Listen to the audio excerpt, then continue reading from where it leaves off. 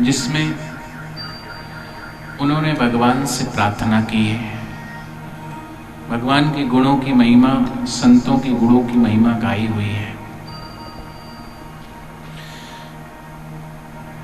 किसी ने गोस्वामी तुलसीदास जी से पूछा कि प्रभु भी सब कुछ भूल जाते हैं, प्रभु तो सर्वात्म अंतर्यामी है, वे कैसे भूल सकते हैं। तब गोस्वामी तुलसीदास जी उन बातों का वर्णन करते हुए कहते हैं कि भगवान जो है 4 बातों को भूल जाते हैं।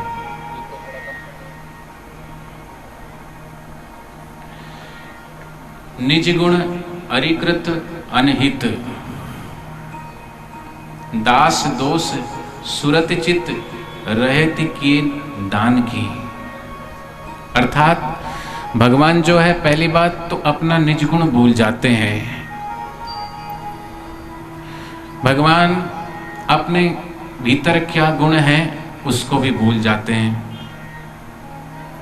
संसार में किसी व्यक्ति के पास कोई एक सद्गुण आ जाता है तो उसके अहंकार में वो भूल जाता है।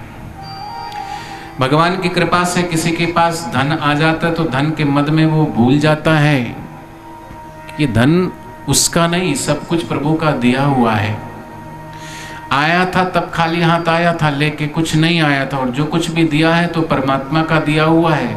मेरा कुछ में, मुझ में कुछ नहीं, जो कुछ है सो तो तेरा ही है सब कुछ। लेकिन भगवत कृपा से कुछ भी एक सद्गुण आ जाता है तो वो धन के मद में। भगवान थोड़ा सा सौंदर्य देता है तो वो दिन में कितने अनेकों बार शीशे में देख करके अपने सौंदर्य के मद में अहंकारी हो जाता है।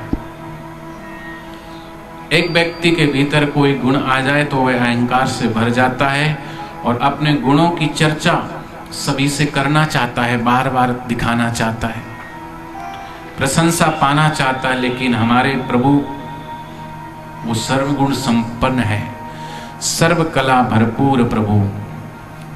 तो ऐसे हरि करत दास पर प्रीति, निज प्रभुता विसारी जन के बस होत सदा यह रीति।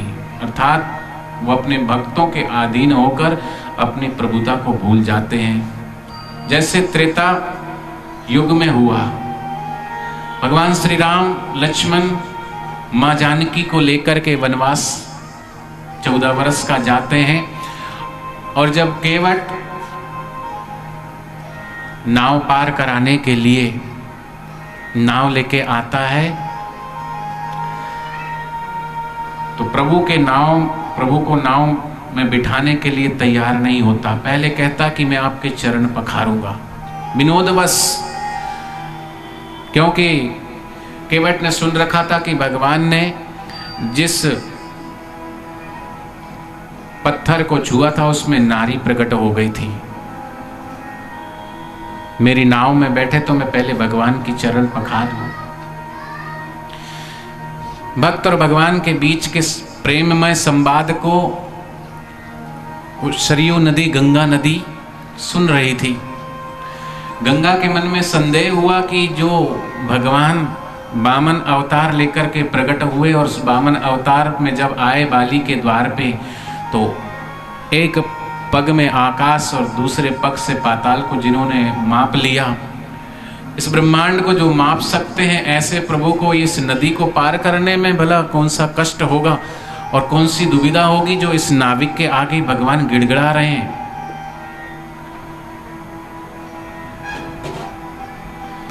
गंगा की भावनाओं को भगवान भाप गए और उन्होंने आंखों ही आंखों में गंगा से कहा, माँ गंगा, ये तो ठीक है कि मैंने मात्र 2 पगों से सारा ब्रह्मांड माप लिया था, लेकिन यह भी सत्य है कि मैं सर्वसमर्थ होते हुए भी भक्त की प्रेम सरिता को पार करने में असमर्थ हूं।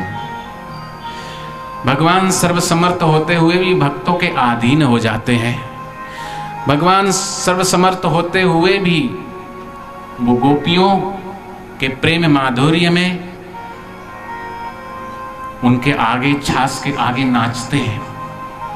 गोबर के टिक्के लगाती हैं तो प्रेम से वो लगवा भी लेते हैं। वो ये नहीं सोचते कि मेरे अंदर क्या गुण है, क्योंकि भगवान निज गुण को विसार देते हैं। और इतिहास साक्षी है कि प्रभु भक्त के प्रेम में बंधकर भगवान ने क्या क्या नहीं किया। सूरदास के साथ में जैसे अंधे की लाठी बनकर के पग पग पर उनकी सहायता करते थे। सेन नाई के घर जाकर के उन्होंने नाई का काम करना स्वीकार कर लिया और नरसी का भात भरने के लिए बैलगाड़ी लेकर के भात भरने चले गए। अर्थात अनेक अनेक ऐसे दृष्टांत हैं जहां भक्तवत्सल भगवान प्रेम से अभिभूत होकर के और मोहित होकर, और भगवान ने राजा बलि के प्रेम से मोहित होकर के और उनके यहाँ द्वारपाल बनने में भी संकोच नहीं किया और कितने ही वर्षों तक द्वारपाल बन के रहे। तो स्वयं कहते हैं कि मैं तो हूँ भक्तन का दास और भक्त है मेरे मुकुटमणि। अपने भक्तों को भगवान मुकुट अर्थात अपने सिर पर रखते हैं। उदो मोहे संत सदा अति प्यारे, जाकी महिमा वेद उचारे। मैं संतन के पीछे जहां जाऊं जहां जहां संत सिधारे, चरणन रज निज अंग लगाऊं।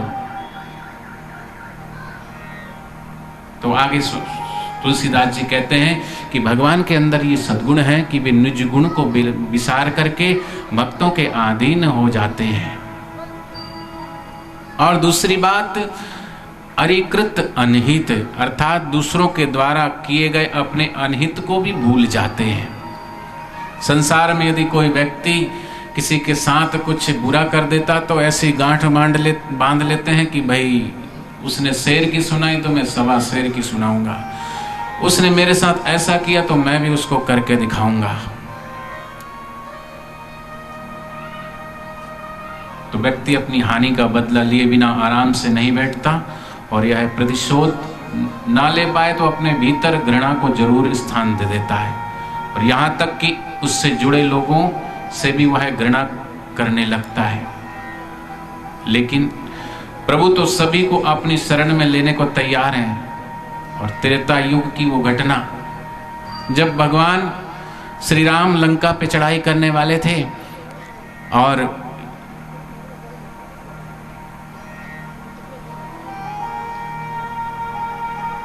रावण ने विभीषण को ठुकरा दिया, लात मार के बाहर निकाल दिया, तब प्रभु श्री राम की शरण में जब सुग्रीव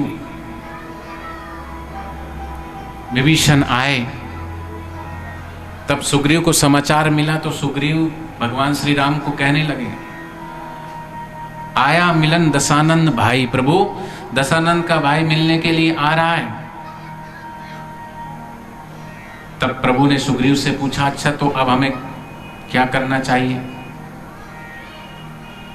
आप क्या चाहते हैं? सुग्रीव बोले, सुग्रीव कहता है कि जानी न जाई निशाचर माया, काम रूप के ही कारण आया, भेद हमार लेन सट आवा, राखें बांध मोही असभावा। अर्थात हे प्रभु, ये रावण का भाई भेदिया है और इसे बांध कर रख लीजिए। प्रभु ने कहा, मित्र आप मुझसे नहीं पूछोगे कि मुझे क्या लगता है, अपना निर्णय सुना दिया, लेकिन मेरी शरण आ रहा है तो मुझसे तो पूछो। सुग्रीव कहता, प्रभु आपको अच्छे और बुरे की भेद नहीं है, खोरे खटे की पहचान नहीं है आपको, आप तो सब कुछ शरण में ले लेते हो। तब प्रभु विनोद में कहते हैं कि मित्र, हमारी और तुम्हारी दोनों की आंखें कमजोर है, इसलिए पहली बार तुमने जब मुझे भी ऐसा ही समझा था कि मैं बाली का भेजा हुआ हूं, इसलिए तुमने हनुमान जी को भेजा था परखने के लिए, तो हनुमान जी को बुलाओ। रावण का भाई सुग्रीव आ रहा है तो हमें क्या करना चाहिए? वैसे तो अंतर्यामी परमात्मा जानते थे, लेकिन फिर भी हनुमान जी को बुलाया और कहा कि हनुमान बताओ क्या करें। हनुमान जी बुद्धिमान थे। हनुमान जी ने कहा, प्रश्न ये नहीं है प्रभु कि विभीषण खोटे हैं या खरे, प्रश्न तो यह है कि वो आया कहाँ है। वो न्यायालय में आया है, वो औषधालय में आया है। न्यायालय में जाने वाले को विश्वास होता है कि मुझे न्याय मिलेगा। जिलाधीश ये नहीं सोचता है कि वो हिंदू है कि मुस्लिम है, सिख है कि ईसाई है कि पारसी है। वो सिर्फ न्याय देता है। और औषधालय में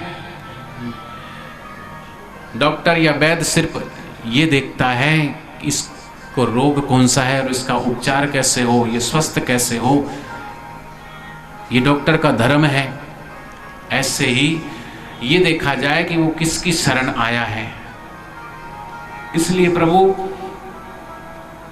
वो आपकी शरण आया है, इसलिए उसे न्याय दीजिए। खोरो खटो सबीत पालिए सो सने सन्मान सो, अर्थात चाहे वो खोटे हो या खरे हो, आपके पास आए हुए, इसलिए उन्हें आप स्वीकार कीजिए। तो प्रभु ने हनुमान जी तथा अंगद को आज्ञा दी कि लाओ विभीषण को ले आओ। विभीषण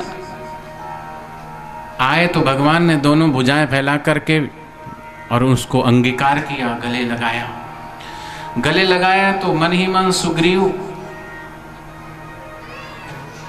ये सोच रहे हैं कि प्रभु मैंने तो कहा था कि इनको रस्सी से बांध लेना, और प्रभु तो उनको अपनी बाहों पास में बांध रहे हैं। भगवान श्री राम सुग्रीव की तरफ देखते और कहते हैं, मित्र मैं तुम्हारी ही आज्ञा का पालन कर रहा हूं। तुमने कहा था इन्हें बांध लो रस्सी से, लेकिन मैं इन्हें बांध रहा हूं अपनी बाहों के पासों में।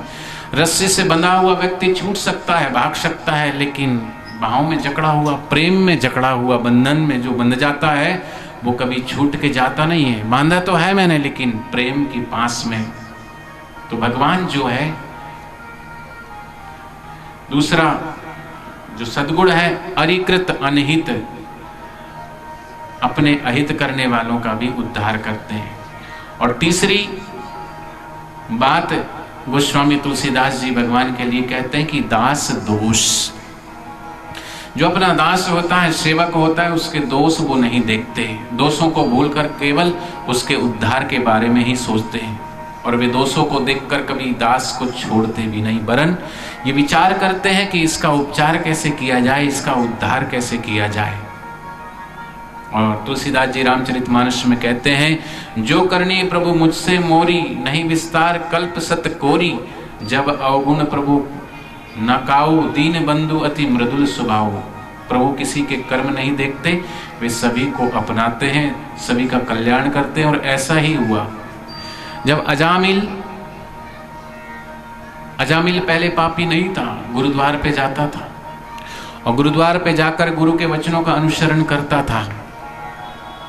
गुरु ने एक बार आज्ञा की अजामिल को कि यहां से जब भी जाए तो गुरुद्वार से तो कभी भी नगर के भीतर से होके मत जाना, हमेशा जाए तो नगर के बाहर की तरफ से ही जाना।